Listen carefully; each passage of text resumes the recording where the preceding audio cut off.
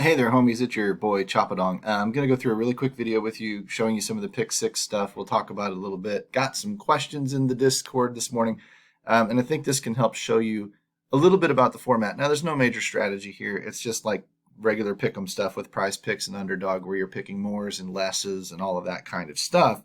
But you can find some decent projections and decent ways to attack some of these slates. Last night we pointed out that there was a under on assists that for an NBA player that was going to be very, very chalky. Draftkings Sportsbook, which is the owner of Pick6, tweeted out that that was the most bet prop in their sportsbook that night, which means in the Pick6 format, that's probably going to be a pretty chalky pick, which means you could probably go away from it. The way Pick6 works is it's against a player pool. So the more people get 3 out of 3, 4 out of 4, 5 out of 5, the smaller your share of the prize money gets. Kind of like a FanDuel everyone gets paid type of contest. But going a little bit contrarian at times, not all the time. Don't go crazy with it. Don't do like you do in DFS and think that I've got to be allergic to the chalk. That's ridiculous. It's overused in the DFS industry anyway. Just build the best lineup you can. Just try to hit 3 out of 3 picks. If you're going for 3 out of 3 picks and you want them to be low owned picks, you're doing it wrong. You just are. But when you see an obvious situation like last night, it makes sense to go away from it. If I go into the situation, because you get a larger share of the prize pool, that's why it pays more.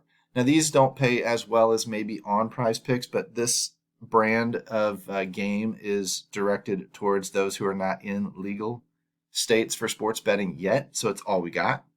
I would also look into Underdog. I'm going to start looking into them. I hear on the radio that they have a pick'em type format like this that is in Missouri. Missouri is not a sports legal state, so that tells me they may have piggybacked onto Pick6, and it's worth investigating for me and people like me that live in non-legal sports betting states. Maybe there's a handful of us out there that can pick up even a second site and continue to play this format because it is profitable. It is kind of fun. It just may not be as profitable as the other sites. The first thing that I would do is I would go into, what do I need? My profile here. I'm just showing you how to follow me on social media. If I go into Prize Picks and go into the Proptimizer, that's what I usually use. Sleeper, Prize Picks doesn't probably matter, but I go into the market, turn off everything, click just total passing yards and click apply. Then I bring up Purdy and Mahomes' number. I like to look not at the Prize Picks number. I don't care about that for me, right? I'm not playing on Prize Picks. I look at the sportsbook consensus number and which side might it be juiced to. And these for a lean, if you will. And these sites are actually, look at this, 160 or 260 for the over for Mahomes and 245 for the over on Purdy, but both sides are juiced about the same. So there's that line's going to probably be pretty tight. It's probably not going to move much over the next week or more. That's one advantage to Pick6. Their lines don't move. They don't take picks down and put picks up and do all of that. Once they put one out there, it's there. So you can wait. You don't have to jump early because the line is going to move. You can wait and wait and wait and wait, see which way the line moves, and then which way does that favor the side you're leaning towards. Okay? I mean, we got to use our heads in these formats. But I'm looking at some of the sportsbook projections. Of course, they're going to be right on the consensus at this point. Our projections, okay, maybe, we should be picking the over on both these guys. I don't know. It depends on you. If I saw Vegas juiced a different direction, I'd go against the Proptimizer. This isn't showing a major edge anyway. If anything, it looks like it might be leaning a little bit more towards Mahomes because of the even money. It's saying that you probably should be getting implied odds of about even money on this pick, even at 116. That's the way I interpret it. Could be wrong. But I'm going to go into the Pick6 numbers here, NFL tab, and let's just go to passing yards. And let's look, 269 over under. I'm sorry, more or less on Patrick. I mean, who are we kidding with the legalities anyway? 269 and a half for old Patty Mahomes, and we're at 260. So they're giving us a higher number. The projections are still going over, so I probably don't play this one. I probably don't play the passing yards prop on this one. because I'm seeing indications that it should go over, but I want that number at 260 if I can get it elsewhere in the industry. Why would I pay 269 for it? That's harder to hit. 254 for Purdy on a 245, and again, he's leaning over in our projections. So I don't think I want either one of those two picks, because what the world is telling me might be the side to play, the number is higher in both cases on these guys. So if I change markets and maybe do receiving yards, that's where I tend to find a lot of my picks, and I tend to look on the under. First of all, I'm going to look here and see some of these picks are maybe in decent shape. But I don't understand why it's green when the under is the juiced side. I mean, I guess it's saying that you're going to get the lesser of the pick by going over on Jawan Jennings. But let's go to receiving yards and let's see what we can't find. I'm looking for, I don't see any edges on any of the big, oh, there's Kelsey. He's got a decent on his over 69.5. 69.5, juiced to the over. See the minus 125? Juiced to the over. We concur he should go over. Sportsbooks concur he should go over. Probably not a bad prop.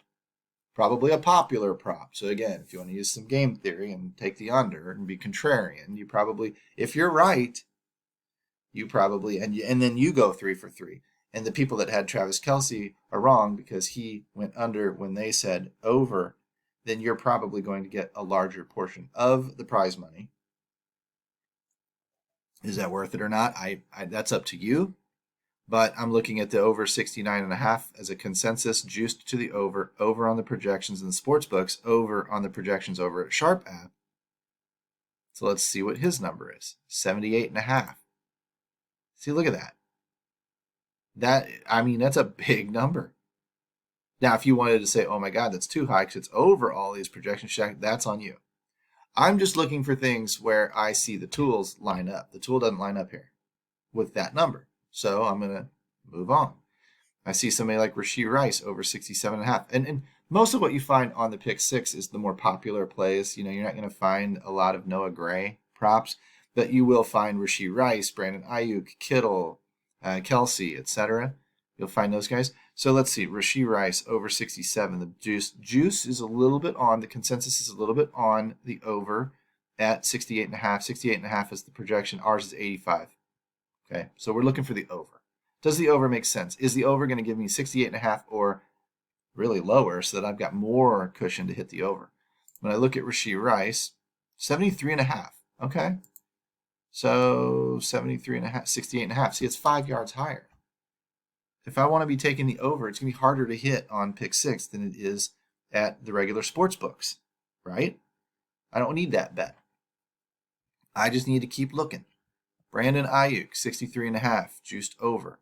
78. Everybody's going over, over, over. If you wanted to just flip it on ahead and go under, under, under, now you're probably making some sense because everything's leaning towards the over. This carries in the industry. A lot of casual bettors love overs. They don't like rooting against their players. So psychologically, the sports books know this. The sports books juice things to the overs. That's why you're seeing this. You could obviously go Oppo Taco on this one and you could just play, being the Super Bowl. If this was a large 10-game slate, that's one thing.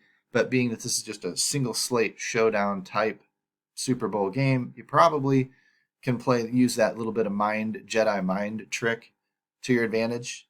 Again, I don't know which way I'm going yet. I don't know what I'm doing yet. I'm just kind of walking and talking and saying, okay, now that we're starting to see these overs, it makes a lot of sense. They're all juiced to the over. It is the Super Bowl. It's going to be a highly popularized game. It's going to be, the sportsbooks know this. Traditionally, they shade to the overs anyway. Next thing, we need to be looking for sensible unders, basically. And unless we want to just go completely haywire and bet the under on all these guys, because all their projections are so far over these numbers. And it's harder to hit these numbers on Prize Picks or on Pick6 because Pick6 is giving us, instead of 69, they're giving us 73. They're giving us numbers that are higher anyway. So that gives us more room to the under if you want to overthink it and play it that way. But who we got? Ayuk at 63.5, obviously shaded to the over again. Ayuk 70.5, he's too high probably. George Kittle 46.5. Kittle 52.5. See what it's doing? Now we're starting to pick up on a pattern.